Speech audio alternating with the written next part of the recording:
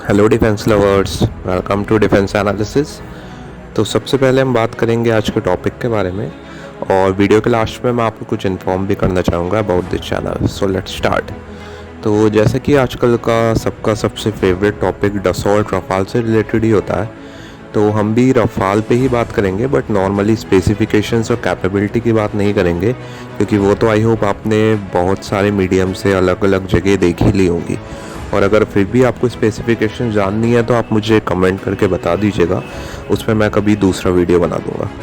So let's talk about the other thing कि Rafale जो कि हमने सिर्फ 36 के नंबर में लिए हैं और इंडियन एयरफोर्स में सिर्फ 2 ही स्क्वाड्रंस बनाते हैं, तो फिर उसको लेकर इतना ज़्यादा एक्साइटमेंट पूरे देश में सोशल मीडिया में, टीवी चैनल्स पे, और इवन अगर हाइप बोला जाए तो गलत नहीं होगा, तो ये किस हद तक सही है।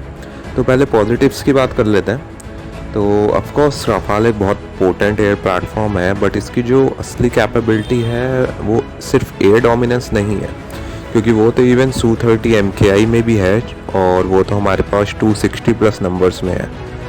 तो इसकी जो रियल कैपेबिलिटी है वो मल्टी रोल है। तो मैं इसमें स्पेशली आपका अटेंशन डालना चाहूँगा मल्टी रोल वर्ल्ड पे, और इवन अगर इसे ओमनी रोल कहें तो ज़्यादा बेटर होगा आई थिंक। और यहाँ एक बात और कि एयर सुपीरियरिटी में हम पे ऑलरेडी Su-30 MKI है, और एयर टू एयर कॉम्बैट की अगर बात करें तो यूरोफाइटर टाइफून है जो वो रफाल से थोड़ा बेटर ही है। बट जैसे कि हम जानते हैं कि MMRC की जो फर्स्ट 1.0 डील थी उसमें IAF ने रफाल को सिलेक्ट किया, और रफाल और यूरोफाइटर दोनों ही फाइनल्स में थे, क्योंकि हमारी रिक्वायरमेंट जो है मल्टी रोल की थी।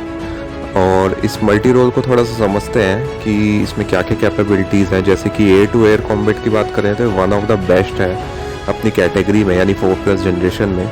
और मीटियोर जैसी सुपर एडवांस मिसाइल के साथ ये बहुत ही ज़्यादा लीथल हो जाता है।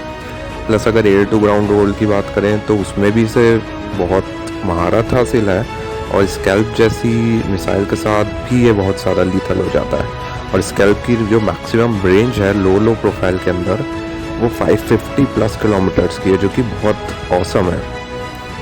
थर्ड, अगर सी ऑपरेशंस की बात करें तो इसे एंटी शिपिंग रोल्स के लिए भी बहुत अच्छा यूज़ किया जा सकता है। और अगर रिकॉनेसेंस मिशन है जहाँ पे हमें कोई ऐसा मिशन है, हमें इंटेलिजेंस गैदर करनी है, तो उसमें भी रफाल का अच्छा खासा यूज़ किया जा सकता है। और वैसे तो ये कोई स्टेल्थ एयरक्राफ्ट नहीं है, बट इसमें कुछ स्टेल्थ मटेरियल्स और टेक्नोलॉजी का यूज़ ज़रूर किया गया है। तो अगर एक सिंपल लैंग्वेज में बोला जाए तो इसे जो वीक रडार्स होते हैं वो पकड़ नहीं सकते ईजिली। सो बेसिकली इसमें कुछ पार्शियल करेक्टरिस्टिक्स भी हैं कुछ हद तक। तो यूजुअली जो है, मैं आपको किसी मिशन की बात बताऊं तो मिशन जो है हमेशा एक वुल्फ पैक में किए जाते हैं। वुल्फ पैक का मतलब है कि उसमें बहुत सारे एयरक्राफ्ट होते हैं, 6, 8, 10, 12 डिपेंडिंग ऑन द मिशन, और हर एयरक्राफ्ट की खुद की एक मिशन प्रोफाइल होती है। लेकिन जो राफाल है वो आप कहें कि लोन वुल्फ की तरह से काम कर सकता है। जैसे कि हमने देखा कि वो एयर टू एयर हो, एयर टू ग्राउंड हो, एयर टू सी हो, या फिर कॉन्सेंस मिशंस हो, ये हर तरह के मिशंस अकेले ही परफॉर्म कर सकता है। तो ये किसी भी एयरफोर्स की पावर को बहुत ज़्यादा इंक्रीज़ कर देता है, जो कि एक बहुत ही प्लस पॉइंट है इसका। और रफाल की अगर हम बात करें तो 2001 से ही सर्विस में इंडक्ट हो गया था फ्रेंच एयरफोर्स में। तो ये काफ़ी कॉम्बैट प्रूवन प्लेन है, और इसने अपनी कैपेबिलिटीज़ को बहुत अच्छे से टेस्ट, प्रूव और मैच्योर करके रखा हुआ है। और अगर मिशंस की बात करें तो जैसे कि कोई भी एक नॉर्मल प्लेन जो है पर डे में 3 मिशंस तक करता है, बट रफाल जो है 5 मिशंस पर डे इसलिए परफॉर्म कर सकता है। तो अगर हम सिंपल एक मैथ्स की लैंग्वेज में बात करें तो अगर आपको किसी मिशन को करने के लिए 100 एयरक्राफ्ट की रिक्वायरमेंट है, लेकिन अगर आपके पास रफाल है तो आपको उसके प्लेस में सिर्फ 60 to 65 एयरक्राफ्ट ही रिक्वायर्ड होंगे, जो कि ऑफकोर्स एक बहुत प्लस पॉइंट है। तो यही रीज़न है इतनी एक्साइटमेंट का पूरे इंडिया में। और इसकी स्पेसिफिकेशंस जिसकी बात हम इस वीडियो में नहीं कर रहे हैं अलग से, वो भी काफ़ी अनमैचिंग है। तो अब बात करते हैं इसके सेकंड पार्ट में कि क्या इतना ज़्यादा एग्जैसरेट करना या हाइप करना किस हद तक सही है। तो जैसा कि हम पहले बात कर चुके हैं कि एयरक्राफ्ट बहुत कैपेबल है, इसमें कोई डाउट नहीं है, बट इसका जो ये मतलब बिल्कुल नहीं है कि इंडियन एयरफोर्स के पास सिर्फ यही एक प्लेन है जो कि हमारे राइवल्स या एनिमी से बेटर है। Su-30 MKI जो है इंडियन एयरफोर्स का, वो प्रेजेंटली बैकबोन है इंडियन एयरफोर्स की, और आगे आने वाले काफ़ी टाइम तक भी वही बैकबोन रहने वाला है। और ये एयरक्राफ्ट हमारे पास अच्छे खासे नंबर्स में है, 260 प्लस में है, और 12 और ऑर्डर्स में है, जो कि 14 से भी ज़्यादा सर्विंग स्क्वाड्रंस बनाते हैं। तो अगर हम कल की बात करें कि अगर कल वॉर हो जाती है, चाहे वो सिंगल फ्रंट हो या 2 फ्रंट वॉर हो, तो Su-30 he first line of defence रहने वाला है। और रफाल डेफिनेटली बूस्ट देंगे 36 के नंबर्स में Su-30s को और बाकी हमारे जो एयरक्राफ्ट्स हैं उनको, और ये एक तरह से डिटरेंस प्रोवाइड करेंगे इंडियन एयरफोर्स को। Su-30 MKI की कुछ कैपेबिलिटीज़ जो हैं वो भी रफाल जैसी ही हैं, और इवन कुछ चीज़ों में इवन रफाल से भी बेटर है, जैसे कि पे लोड कैरिंग कैपेसिटी की बात करें या सर्विस सीलिंग की, जो कि रफाल से भी अच्छी हैं। लेकिन हम ये नहीं कह सकते कि Su-30 रफाल से बेटर है, एक्चुअल में बेटर रफाल ही है। और इवन कंपेयर करना भी गलत होगा, क्योंकि Su-30 जो है वो एक हैवी कैटेगरी का जेट है और रफाल एक जो है वो मीडियम वेट फाइटर है। प्लस जो मिराज 2000 हैं वो भी अपग्रेड हो चुके हैं, MiG-29 UPGs हैं वो भी अब अपग्रेड्स के बाद काफ़ी ज़्यादा कैपेबल हो गए हैं और जल्दी ही तेजस भी आ रहे हैं। अगर PLA एयरफोर्स की बात करें, चाइनीज़ एयरफोर्स की, तो प्रेजेंटली Su-30 MKI से बेटर उनके पास सिर्फ एक ही ऑपरेशनल प्लेन है और वो Su-35 है, और वो भी सिर्फ 24 है नंबर्स में। लेकिन वो भी रफाल से बेटर नहीं है Su-35। बाकी उनके पास J-20 है जो कि बेटर होगा Su-30 से, और हो सकता है कि वो रफाल से भी बेटर हो, बट वो अभी कितना कॉम्बैट रेडी है वो कह नहीं सकते।